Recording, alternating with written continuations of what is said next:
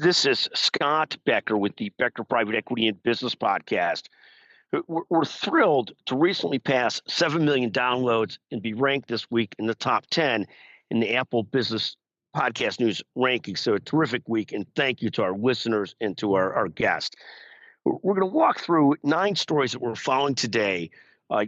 First, the markets are surging today as President Trump walks back some of his potential tariffs and pauses some of his tariffs on the EU. The EU in total is the U.S.'s biggest trading partner, so the markets view that as very good news as he looks to delay the tariffs from June 1st to July 9th with the hopes to getting the EU to the table where he wants them. Second, the markets had a tough week last week. The NASDAQ remains down about 3% year to date. The S&P down about 1.34% year to date. They look to make that up today as the markets rebound some as the president takes his foot off the gas on the tariffs. Third, Nvidia is down about 2% year to date. This week, Nvidia reports on its earnings on Wednesday, and we'll see what the markets are really looking for here is how much the restrictions on selling to China will hurt Nvidia's sales. Jensen Huang says it could impact up to $15 billion of sales a year to China. Fourth, Apple is this week's scapegoat for the president or attack dog. The president has Apple in its crosshairs. Apple apparently employs about 3 million people in China. The president would like some of those jobs and manufacturing coming back to the U.S. Apple's worked hard to become less reliant on China and moving jobs to India and some to the U.S., but from the president's perspective, not nearly enough. He's threatening to put 25% tariffs on iPhones that are imported. Strikes me, and not to be political, wrong to target a specific company's products versus generally, but we'll see how this goes. Great book recommended to you this week by Dave Staffman, president of his own investment firm today, called Apple in China, about how deep relationship Apple has in China. Fifth, Apple's down nearly 22% year to date. It's fallen behind each Microsoft and Nvidia in the market cap wars. We'll see how that goes.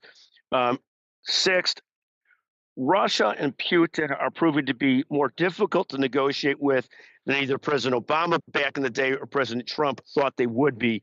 Remember, President Obama famously tried to reset relationships with President Putin or Prime Minister Putin in Russia and found it much more difficult than he expected. President Trump is finding the same thing. He's finding Russia to be much more difficult than he expected. He's trying to get them to move towards peace or a ceasefire with Ukraine. He's having a hard time getting there. He's talking about sanctions on Russia. I believe that both President Obama and President Trump have this largely right. We need to be involved in diplomatic efforts with them, but doesn't seem right now to be reaping rewards that we'd like to see. Seventh, Salesforce, which is the largest sort of CRM company in the world, is nearing an $8 billion deal to buy Informatica. They were going to do this a year or two ago. Now the price is lower. It would be the company's second largest deal ever. Salesforce is run by Mark Benioff, brilliant person. They're down 18% year to date. Eighth, a great piece on ambient technology and physicians' offices in the Wall Street Journal today. That article is called Why AI May Be Listening on Your Next Doctor's Appointment. That's already happening. A couple of companies mentioned prominently in the article, both Microsoft and Abridge. Abridge is ran by the brilliant CEO and founder, Shiv Rao, Dr. Rao. Finally, ninth, Tesla sales have dropped 50% in the first quarter in Europe. That's a big number. Nevertheless, the stock price has rebounded greatly over the last month or two. There's just a great deal of hope and promise for Tesla's overall technologies, particularly related to self-driving cars and a lot more. So we'll see how that continues to play out.